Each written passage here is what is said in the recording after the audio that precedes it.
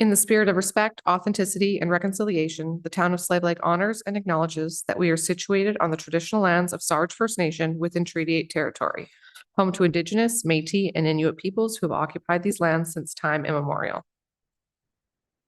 Councillor Gramlich. I would just like to make a motion to amend the agenda under delegations. Can we please swap B to A and A to B? Absolutely. So there's a motion on the floor. Is there any further discussion? Call to question those in favor. And that one is carried. Councillor Achoba. I'd like to move to adopt the agenda as amended. Okay, there is a motion on the floor to adopt the agenda as amended. Any further discussion? Call to question those in favor. And that one is carried. Councillor Achoba. I'd like to move to adopt the minutes from regular meeting of council November 4th. Perfect. So there's a motion to adopt the meeting of the November 4th, 2025 minutes. Any further discussion? Call to question those in favor. And that one is carried as well. Great. We can move right along into our delegations. If you want to join us here. So we'll start with the solar power for the Slave Lake Skateboard Park. And then we'll get our mic turned on at the desk for you. And then the floor is yours. Thank you. Thanks so much, Mayor and Council, for switching those. And the reason being there's a little bit of a intro to our group for people that don't know about Regional Environmental Action Committee in this presentation, but not in the other one. So thanks again. So we've had quite a history with this solar paid for by oil companies project that started a long time ago. There you see the solar nightlight that was operational in Hilda Eben Skateboard Park for about 10 years and highly enjoyed by skateboarders. Oh, I got to do slides. Woo, okay, there's our intro. And yeah, so we started back in the 80s. It was a group of people basically driving recycling to Edmonton. And then we had a depot for a few years. It burned down. Everyone was discouraged.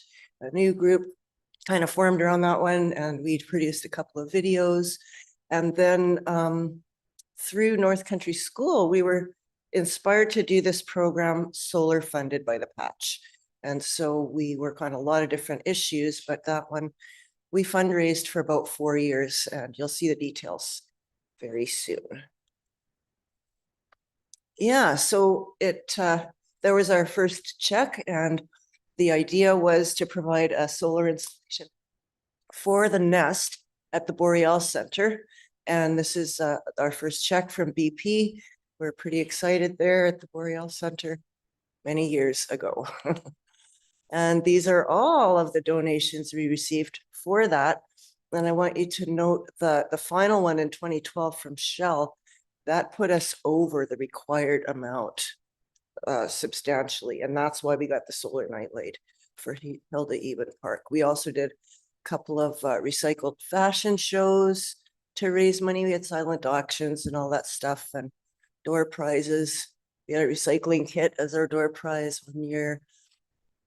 And it kind of fell through at the Boreal Center at the last minute. We did a request for proposals and got 9 quotes. And then we found out we're not allowed to donate to the government. So we had to store it all and find a new location. And thankfully, it's the pool, the Northern Lights Aquatic Center. They did look at our quotes, though, that is the parks guys, and they chose a different quote. And so we got basically 2 solar installations for the price of 1 with that project. There's our installer at the college. Since it's been saving the college / pool, because it goes to the first user, whoever's the closest to the install gets the juice. And yeah, it's been saving about $1,000 a year ever since. Yeah, so this is why we have the solar nightlight, had the solar nightlight. It was kind of a El Cheapo one, I have to say, because it was just like with our leftovers. And it did last 2 years over the warranty, but then it started glitching out, which is very dangerous. And it got vandalized and we worked with Calvin at Parks to get it removed because, yeah, that was not very good anymore. So, but we saw that while it was operating, skateboarders would shovel the snow out of there first thing in the spring, for example, because they had that additional time with the nightlight. So we have accepted a quote. We did a request for proposals again. This was the best one. It's a really good one. ATS Traffic has done all of the streetlights for Jussard, and they look great. They're on and they're working on. It's a really good system, and they're in the area, so you know anything happens, they can come up and deal with that, and has a much longer warranty. It is more expensive. It's more than double the price. It's about 17 grand. So we did a couple of call outs and we didn't get a heck of a lot. We have $1,000 committed from the Petroleum Association. And then we also got 1,000 from Cardinal Energy, but they want 500 to go to Slave Lake and 500 to High Prairie because we're also doing this at the skateboard park for the town of High Prairie. And so we're falling very much short. And that's why we're here. We want to give you an update on what's going on with it. And also, if you have any ideas, for example, I was thinking of the youth council.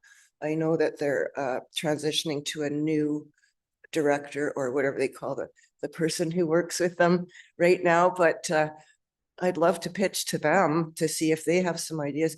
Maybe they want to do the recycled fashion show again. It's a lot of work. And I'll actually jump in there. So we did see this as the delegation coming forward. And some positive news from council is, again, not 100% guarantee as we have to go through budget meetings.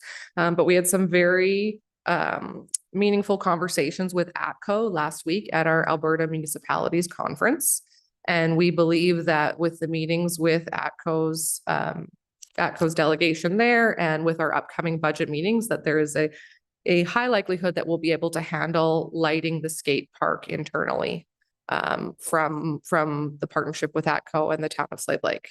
So we have a few things to work out through budget and with ATCO, but it is sounding that we will actually be able to work through an initiative that would ensure the lighting of this so that the youth have well, I guess adults as well have the lighting of the skate park. So we did see that on the delegation. So this is a good thing coming through there. So we're going to wait for budget discussions before we announce anything formally. But we just wanted to give you and your team a heads up that there were some really great meetings last week. And Awesome. yeah, would be very positive moving forward.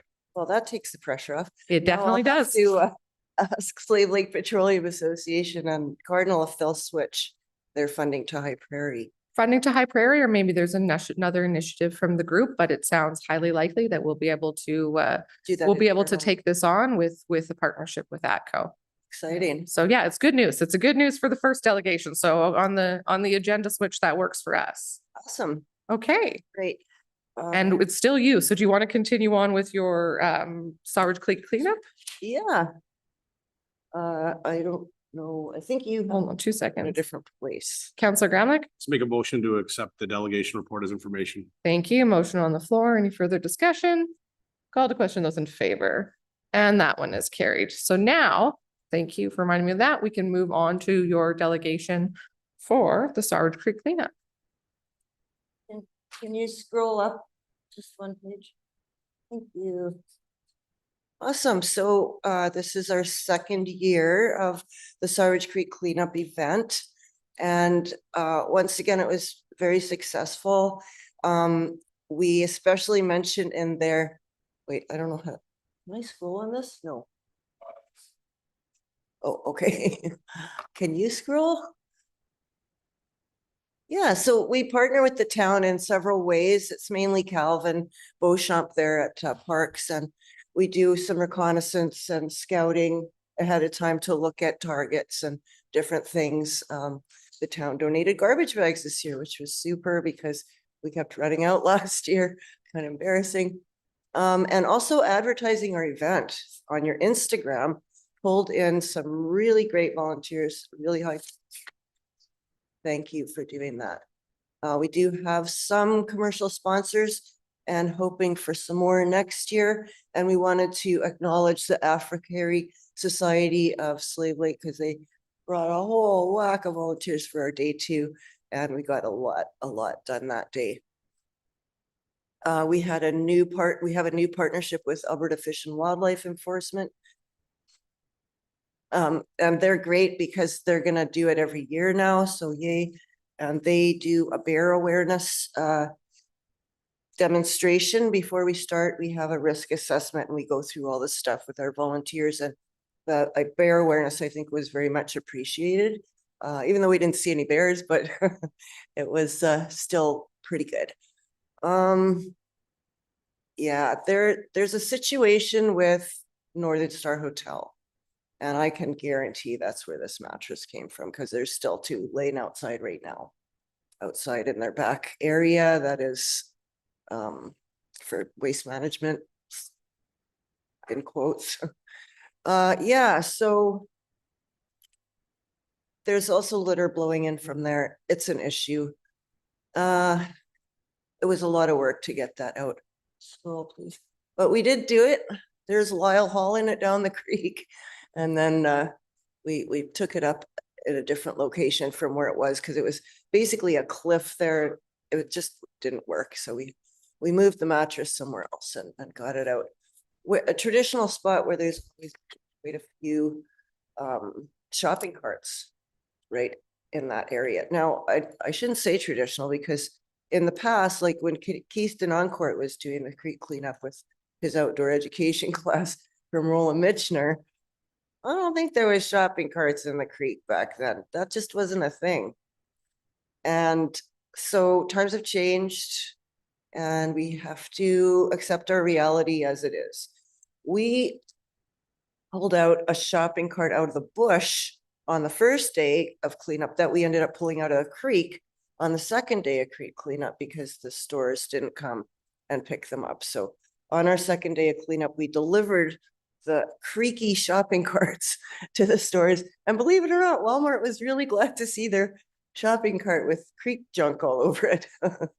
So we recommended to them that they look into the locking system that No Frills supposedly has. Now, here's the thing. They have a sign in their store, and I haven't been able to talk to the franchise owner about it yet. A sign saying that you can't take the shopping carts out of the lot, out of the parking lot, or the wheels will lock. And I know that's a thing in the cities. A lot of places do that. But when we dropped it off the Walmart shopping cart, we recommended maybe they could consider also doing that. They said they didn't believe that locking thing was functioning, because he sees No Frills shopping carts outside of Cornerstone Apartments. So it's kind of a question, I guess, whether the locking mechanism, which I know is a thing, whether it's actually working here in Slave Lake, and we're going to follow up on that. Scroll, please. This lost us some REACT volunteers, I'm afraid to say. They were quite upset about cleaning up this abandoned encampment. I hope they'll be back next year, but it's upsetting, you know, people are living rough, and some of the people who are living rough are really vindictive, I think, about it. And I understand, like, I really, really do. We listen to people living under the bridge. They made a pile of stuff for us to remove. We didn't touch anything else. You know, I recognize it's very, very hard times for a lot of people, and we don't want to disrespect people, but we can't have that stuff all over. You know, the thing that really hurt our hearts was they tried to make it look like a house, like there was a fridge there, like a mini fridge. Of course, you can't use a mini fridge in a bush, but they had it set up, you know, they just want to look like home. So sad, so very, very sad. Scroll, please. Yeah, so here's an important thing to check on, and I haven't, maybe we can get Calvin Beauchamp to look at this too. The creek levels have been rising even since we did the cleanup. They're still rising. And there must be a blockage of some sort because one of our volunteers, Michael Vance, who's an experienced river keeper and brought his kayaks. He's absolutely wonderful. He noted that it's amazing we could even use kayaks in such a dry year because it has been very dry. And Oh, hold on. You have to press your button. There we go. I see a Councillor beaver dam Hudson. near one of the bridges where there's probably about a foot drop on the level of the river, like the creek. I think it'd be the southeast bridge. But if you're crossing the southeast bridge just to the south, and you can see a dam there that's blocking the creek. you're Slightly. talking about the swinging or black bridge, that one? No, the just the one when you're driving to the Oh, the southeast. Sixth Ave Bridge? Yeah, the Sixth Ave Bridge. Yeah, I looked and I'm sure it was that one I saw. And I noticed just today when I was coming across it, the beaver dam was actually holding back between 10 inches and a foot of water in that spot. So that's probably part of it. Could be part of it. And I mean, they might be up further too, but yeah, it is unusual something for to it to keep be your that eye high on. with how little we've had this year. Yeah, totally. Thanks. Yeah. Perfect.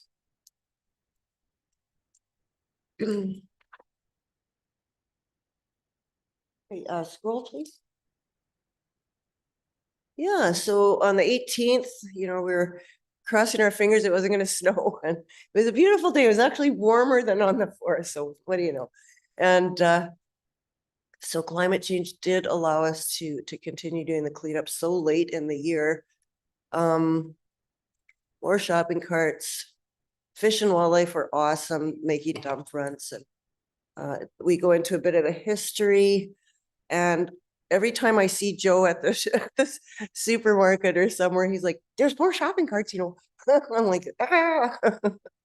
So we do have to do something to resolve this shopping cart business, and I'm hoping that the locking mechanism will be the thing, and that it could be, first of all, that it could work for No Frills because they claim they're doing it, and then that it's adopted by Canadian Tire, Walmart.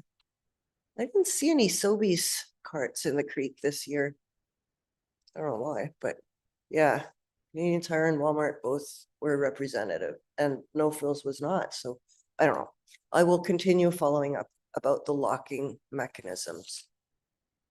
Roll please. Just some of our prep. And there's the mattress. After we finally brought it out. There's a possibility Search and Rescue might send some of their new volunteers next year, they said. It might be good training for them, walking around in the creek and looking for things. And yeah. So a group shot on our October 18th day. Yeah, you just have to hit your button and then Councillor Hudson. Yeah, just do you do one in the spring as well as this fall, or just one per year? Yeah, just the Okay. fall, and the reason is, well, it's twofold, mainly, Right. we don't want to interfere with fish spawning, which is in the spring. Okay, And the other thing is, a lot of the stuff is still frozen right. in the spring, and the water is really cold. No, that makes sense. Thank you. So fall is better. We tried to get it in September, but it's such a busy month for people, and it just worked out that it was October, so we'll probably keep it in October, I think. There is a spring cleanup too, but it's just not realistic to do it in the water. Yeah.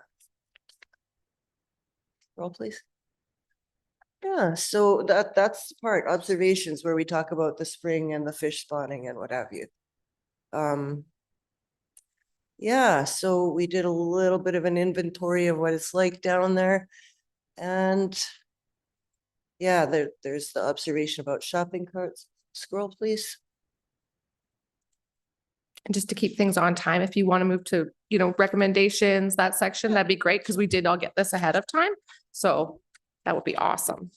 We got a lot of public appreciation and we're super happy about that. There's our recommendations. The rising water levels, take a look into that. There's a possibility to put some litter control fencing in a couple of areas. We would recommend small gauge farmer's wire that's well flagged so people don't run into it or something. And then the hard part is unless there's continual cleanup expected all the time, it might be an idea to think about a spot where people could stay and they would have amenities such as a dumpster, porta potties, and a water cube. Those three things would be a humanitarian way to make sure that there's not encampments everywhere, all over the place. We did have that briefly before the terrible machete attack. So there's dangers everywhere, you know, with people experiencing homelessness, like they're the first victims of crime a lot of times. And, you know, we did have that very briefly after the Homeless Coalition facility closed. Then there was a horrible machete attack where there were injuries and deaths. So I don't know the solution, but it's something for town to think about because this will be ongoing. Encampments will be ongoing unless there's a bit more collaboration somehow. Those are some quotes from our volunteers. And then we just listed the things that we removed from the creek, basically. Yep. Well, that's fantastic, and we definitely appreciate the work that the crew has done with cleaning up the creek, because that's an important part of the community. A couple suggestions from our end, and that we will bring up with the peace officer, as it is unsightly premises to have any garbage site so behind some of the areas that you mentioned that have corporate contributors. So that can be definitely flagged by our peace officer to review and speak with the owners of those properties. Hopefully that will help with some of the larger items such as the mattresses. I would say to continue the advocacy work with the local businesses who have shopping carts. I mean, shopping carts, I was surprised, are very expensive, up to $750 to $1,000 a piece. So it is an investment on their end. And I would just like to say, you know, thank you to you and your team. It's very important work, and we appreciate these events that you hold and all the volunteers and businesses that contribute to that. Anything further Awesome. from council? Okay, Well, I'd like to thank the town of Slave Lake again, not just for your partnership, but for your volunteerism. thank you. Councilor Rochova actually showed up, and I know Councilor Williams wanted to come, but there was some illness in it, so thank you for volunteering. And you have a wetsuit. I'm excited about that for Thank you. next year. Thank you. Councillor Gramlich, Make a motion to accept the delegation report as information. motion on the floor. Do we have any further discussion? Call to question, those in favor. And that one is carried. Okay, we have a heavy delegation night. Moving next, we have Beach Fest on my list.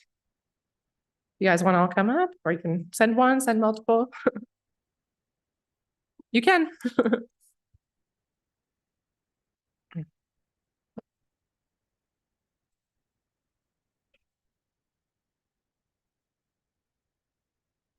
Okay, floor is yours.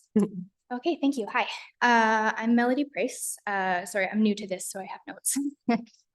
My partner Garrett and I were part of the winning team of the Beach Fest competition for the Sandcastles last year. So as that, we were really excited to make this a yearly tradition for us to be able to go back again. And then we saw the Help Beach Fest call out on Facebook early last month, so we really wanted to go and contribute. Since Slave Lake Tourism is no longer able to organize the event, the committee needed volunteers to kind of carry the torch. So we've been able to meet a bunch of the lovely people who have worked really hard to keep this going over the years. Katrina is with us here today as well. And they've made it a really great event so far. It really means a lot to the community. Like we've talked a lot, even with our friends and family and locals around town. It's a really great way to showcase the lake and all of the natural beauty. It offers fun and activity-filled weekend for really everybody. It's a family event as well that promotes local participation, engagement, and social events. Most importantly, it draws in tourists who are looking to experience everything that our town has to offer. Before agreeing to even be a part of the board, we could see that the potential, that this event has to bring renewed energy and opportunity to our town. It became really evident that we would need to take on a big role. Not only do we need more volunteers, but someone had to step up and take on a leadership role to ensure the event could continue. In addition, we've had to form an entirely separate society dedicated to organizing this event since tourism can no longer take over that role. So as the new president of the Lesser Slave Lake Beach Fest Society, I'm excited to spend the next year learning and growing and developing this event into something that we can look forward to every summer. The biggest challenges at this moment for us are volunteers and expenses. So I did include with my documents, I have paper copies as well if you would like, a kind of a breakdown of our financial and volunteer requirements. So what we're projected to be spending going forward into this year and kind of the people that we will need to get it running. We are in the process right now of organizing and delegating tasks to our current team, what we have kind of so far, but it is a large event and still growing. So we do require a lot of hands and a lot of support. We are asking that the town of Slave Lake do their part to help build on such an important event by firstly taking on traffic control and transportation. This is a really big job that requires a lot of people. So as it is outlined in that document, providing staff and equipment required to set up control and check-in stations, set up and take down of road signage, which is another big job. Maintaining the load and unload sections for event participants, redirecting traffic. These are the main responsibilities. It also includes the organization of the chartered buses that get people from town to the event and back, which is really important. It has been successful and obviously makes sure that everybody gets home safely at the end of the night. So we do ask that the town consider assuming the responsibilities and the cost of that section of responsibility and the busing service. We are also looking for help, hoping that the town would commit to sponsoring and organizing at least one event as part of the Beach Fest weekend. We would like to continue to grow our list of activities, but we kind of need people who are willing to take them on as individual items. At this stage, we're seeking funding and time commitment to make sure that our volleyball competition can grow. That was one of the big ones that was a big success last year. We're talking about trying to expand it into a 2-day event, but obviously we need someone to oversee and organize. That's another big time. Labor support as well. So one of my bigger focuses this year is going to be trying to grow our team and make sure that we can get in more volunteers so that it can, you know, keep growing and keep going into even next year and the year after. But volunteer shortages are a long-standing challenge for everybody. So we're asking that the town assist by providing us with people who are available to help with the setup and the takedown of the event. And then the last thing was town representation and promotion. So we would really appreciate if the town could commit to sending a representative to Beach Fest board meetings. In addition, access to the town's social media like Facebook or Instagram would help us communicate event information and engage with the community. Ultimately, the biggest beneficiary of this event's success is not me or Garrett or Katrina or anyone member of our board. It is the town of Slave Lake and its businesses and its community. So that's all I got for you guys. Thank you so much for your time and No worries. I have questions, but I'll open it up to the rest of council if you have any questions at this time. As I see none, I will hop into my questions then. So this is great coming in with an ask because then at least we don't have to guess what you're looking for. I will caveat with that budget is upcoming. So any of these asks will be considered by council during those budgets. We do have a grant that was in the previous year for events. Generally that's up to $2,500. So depending on the eligibility. My first question though is, are we doing the same presentation with our MD council counterparts? I believe so, yes. Okay. But that's still kind of in the works. Everyone's been really busy the last couple of weeks. And this has all happened really in the last 2 weeks. So we're Oh, absolutely. I rolling would with the just, punches, but yes. if it's not on the agenda, I would strongly suggest reaching and putting a delegation out to them, because as much as the lake is part of our town, it's actually part of the MD. And so it benefits everyone in order to have everyone moving in the same direction on that. So just a friendly suggestion that I would absolutely reach out to their council and set up a delegation. So as far as the transportation here on your expense, your projected cost list, that would be talking about the $2,000. Is that the cost for, and your volunteer listing? That's what the ask is for, the first ask? Yes, I believe so.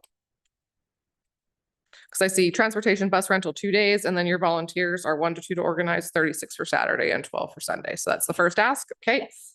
And then I have, so you indicated that sponsoring and organizing at least one event. Any ideas what the beach volleyball event would? A rough At estimate this of point, I cost? don't have access to the numbers quite yet, so I can't let you know exactly. Okay. I believe that we've established that we do have the net. So in terms of cost, it would be fairly minimal. It's more, I believe, the time commitment of The time roads. commitment? Did you have?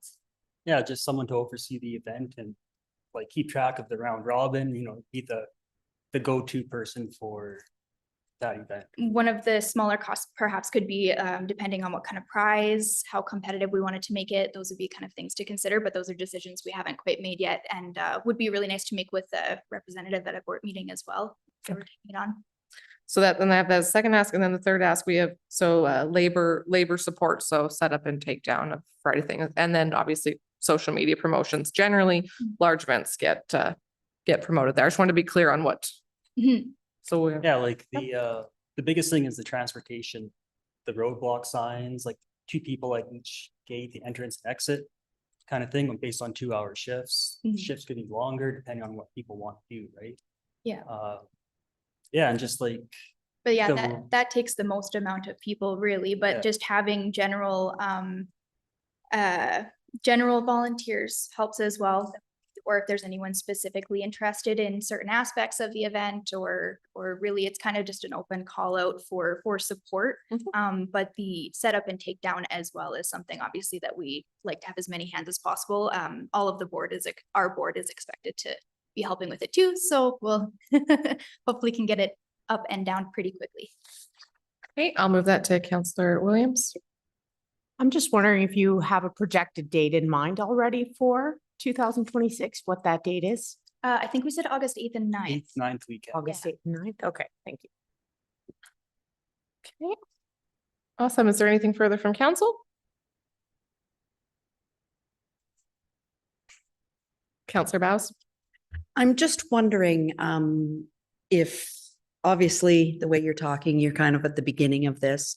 Are you going to be reaching out to corporate sponsors? Where, hey, if you do the platinum, gold, silver, this kind of thing in order to help with expenses? Yeah, absolutely. And so that was one of the first things that we had kind of discussed. I was sort of surprised that in previous years, Beach Fest hasn't been able to fundraise. So a lot of our funding has come from corporate sponsorship. So they do already have a lot of people in the works. So they kind of have handed us the reins and the bones of what they've done in previous years. So we have lots of people who are committed to providing funding and stuff. But with the establishment of a new organization, now we can fundraise, we can hopefully continue to grow it and not just be limited to what our corporate sponsorship has been. Okay, fantastic. Anything further? Okay, well, we appreciate you coming out. Again, budget discussions are upcoming. We're gonna have most of them in December, but we'll look forward to those and really appreciate you bringing this event forth, and good on you guys for creating the committee. We all know how much volunteerism is lacking in the community, so appreciate your hard work and effort in taking that on. Of course. Thank you. Councillor Choba, Motion to accept the delegation report as information. there's a motion on the floor. Do we have any further discussion?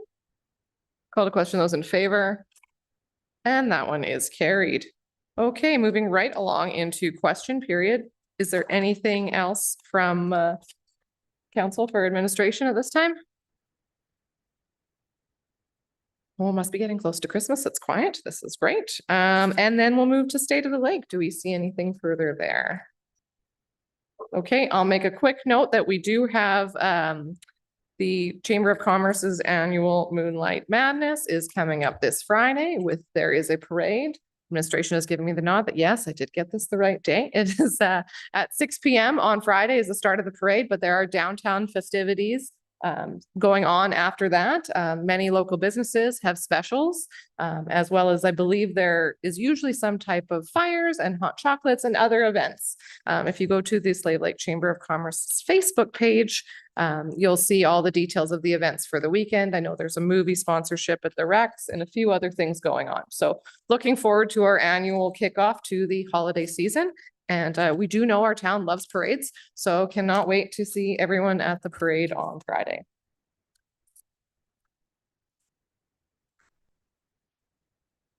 That is all for State of the Lake. Someone would like to make a motion?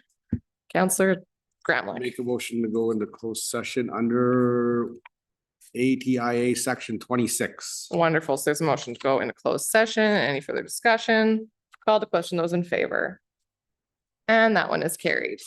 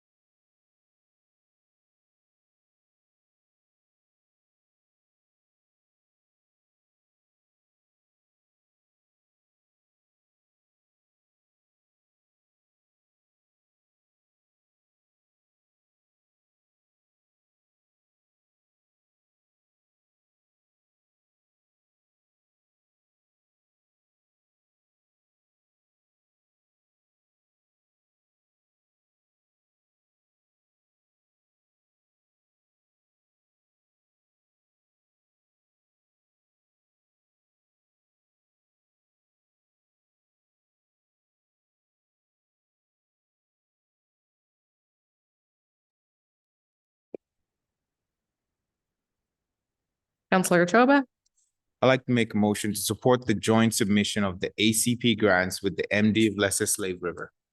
motion on the floor. Any further discussion? Call to question those in favor.